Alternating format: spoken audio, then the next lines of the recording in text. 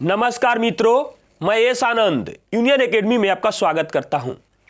हम लोग Bihar civil code peon परीक्षा के लिए मैथमेटिक्स सेक्शन को सोल्व कर रहे हैं, जिसमें हम लोग मैथमेटिक्स सेक्शन से 35 प्रश्नों को सोल्व कर रहे हैं। जो बगल में बुक दिख रही है यूनिक प्रकाशन की, इसी बुक से हम लोग पीछे प्रैक्टिस सेट नंबर 21 तक सोल्व कर चुके हैं।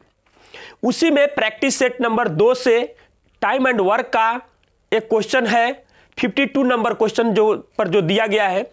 एक मेरे भाई का डाउट है, उनका कहना है कि सर थोड़ा सा इसको डिटेल में समझाने की कोशिश कीजिए, और मैं भी अपने तरफ से पूरी तरीके से इसको डिटेल में समझाने की कोशिश करता हूं। तो आइए हम लोग देखते हैं कि यह प्रश्न क्या है और इसमें थोड़ा सा क्या करना है। आइए हम लोग देखते हैं क्वेश्चन को। क्वेश्चन नंबर 52 है और यह 52 में टाइम एंड वर्क का क्वेश्चन दिया गया है। देखिए क्या कहता है, ए और सी एक कार्य को 20 दिनों में पूरा कर सकते हैं। बी और सी उसी कार्य को 12 दिनों में कर सकते हैं। ए, बी और सी मिलकर इसे 8 दिनों में पूरा कर सकते हैं। ए और बी मिलकर उसी कार्य को कितने दिनों में करेंगे? बहुत आसान से समझाएंगे आपको, ध्यान से देखिएगा। देखिए ए और सी मिल के कितने दिनों में करता है? 20 दिनों में। यहां पर आप लिख दीजिएगा। उसके बाद यहां पर जो देखिए ऊपर टाइम का मतलब क्या हुआ? दिन। ऊपर हमेशा हम लोग जो लिखते हैं ना, दिन लिखते हैं, और यहां इफिशियंसी का मतलब होता है क्षमता। इसलिए इतना ना लिख के, देखिए इसके लिए हम डायरेक्ट आपको टाइम लिख देते हैं और यहां पर इसके लिए हम लोग इफिशियंसी लिख देते हैं। तो टाइम लिखने का मतलब क्या होता है कि टाइम में आपका मिनट भी आ गया, घंटा भी आ गया, दिन भी आ गया, जो चीज भी होगा ऊपर सब कुछ लिख देंगे। उसके बाद आगे देखिए बी और सी उसी कार्य को 12 दिनों में, बी और सी 12 दिनों में कर सकते हैं। और फिर बताया गया है कि ए, बी और सी मिलकर इसे 8 दिनों में पूरा कर सकते हैं। अब आगे क्वेश्चन में क्या बोला है कि ए और बी मिलकर उस काम को कितने दिनों में पूरा करेंगे। शब्द में जो क्वेश्चन हमारे पास दिया गया है वह इतना ही बात कर रहा है, आगे हमसे कुछ नहीं कर रहा है। यानी कि इसके सामने जो ये मान दिया गया है, यह व्हाट, यानी ए और बी मिलकर कितने दिनों में करेंगे। अब ध्यान से देखिएगा, इस क्वेश्चन को बनाने के लिए कई तरीके हो सकते हैं। हमारे पास जो तरीका है, ध्यान से देखिए, चीजें वही हैं, थोड़ा सा हम तेजी से उसको फास्ट कैलकुलेशन करते हैं। यहां पर अगर आपको नहीं समझ में आ रहा है तो इसका और इसका आप एलसीएम लीजिएगा। तो आप ध्यान से देखिए, इसका एलसीएम लीजिएगा तो इसका एलसीएम 120 आएगा।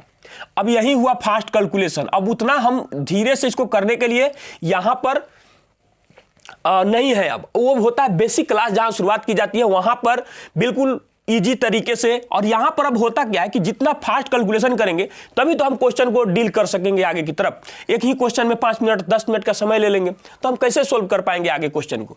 तो इसका एलसीएम कितना हो जाएगा? 120।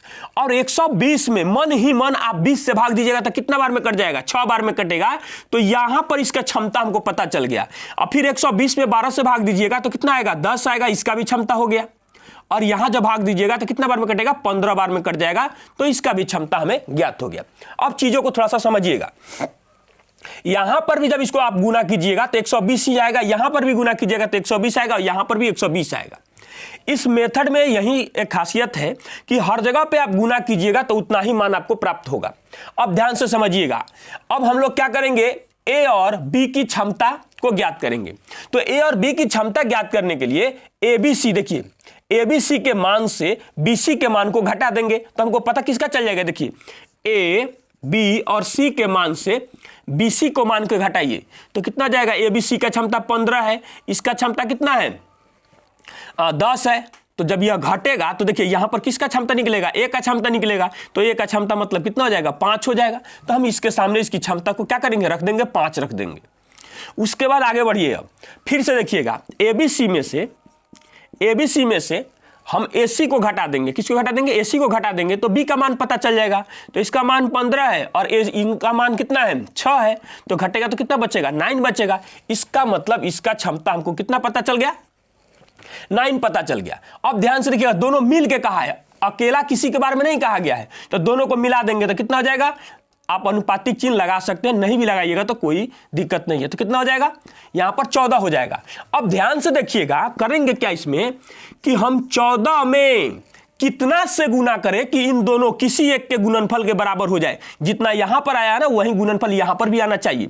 तो हम कितना से गुना कर दें कि आपको जहां से इच्छा हो इन दोनों के गुणनफल के बराबर हमें मान चाहिए। जिसको इच्छा हो आप उठा लीजिए, या 120 डायरेक्ट लिख सकते हैं कि 14 में हम कितना से गुना कर दें कि 120 बन जाए। तो ध्यान से देखिए क्या करेंगे, यह 2 से कट रहा है तो यहां पर 7 लिख देंगे, और यहां 2 से कट रहा है तो यहां कितना हो जाएगा, 60 हो जाएगा हम लोगों का। तो y का मान कितना हो जाएगा, यह हो जाएगा 60/7। कितना हो जाएगा, 60/7। तो यहां पर जो भी ये मान आया वो रख देंगे यहां पर, कितना, 60/7। और जिस ऑप्शन में 60/7 दिन दिया गया है वही हमारा आंसर हो जाएगा। देखिए यहां पर दिन दिया हुआ है, वही चीज यहां कर देंगे। अगर ये बातें आपको यहां पर नहीं समझ में आई होगी तो हम टाइम एंड वर्क को थोड़ा सा, उसमें लगभग 30 से 25 क्वेश्चन हम पढ़ाए हुए हैं। आप प्ले लिस्ट में जाकर इसको देख सकते हैं और समझने की आप पूरी कोशिश कीजिएगा। उम्मीद करते हैं कि यहां पर आपको क्वेश्चन समझ में आया होगा, और इस तरीके से इसका जो आंसर होगा ऑप्शन नंबर ए हमारा आंसर हो जाएगा।